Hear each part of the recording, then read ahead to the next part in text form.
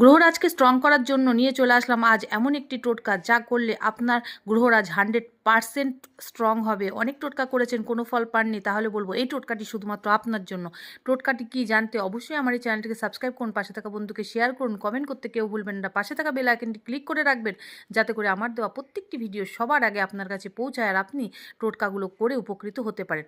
তো চলুন, শুক্রবার দিন সকালবেলায় স্নান করে চলে যান একটি যে কোনো অশ্বত্থ গাছের নিচে, আর একটি নিখুঁত অশ্বত্থ পাতা এইরকম ডাঁটি সমেত তুলে নিয়ে চলে আসুন।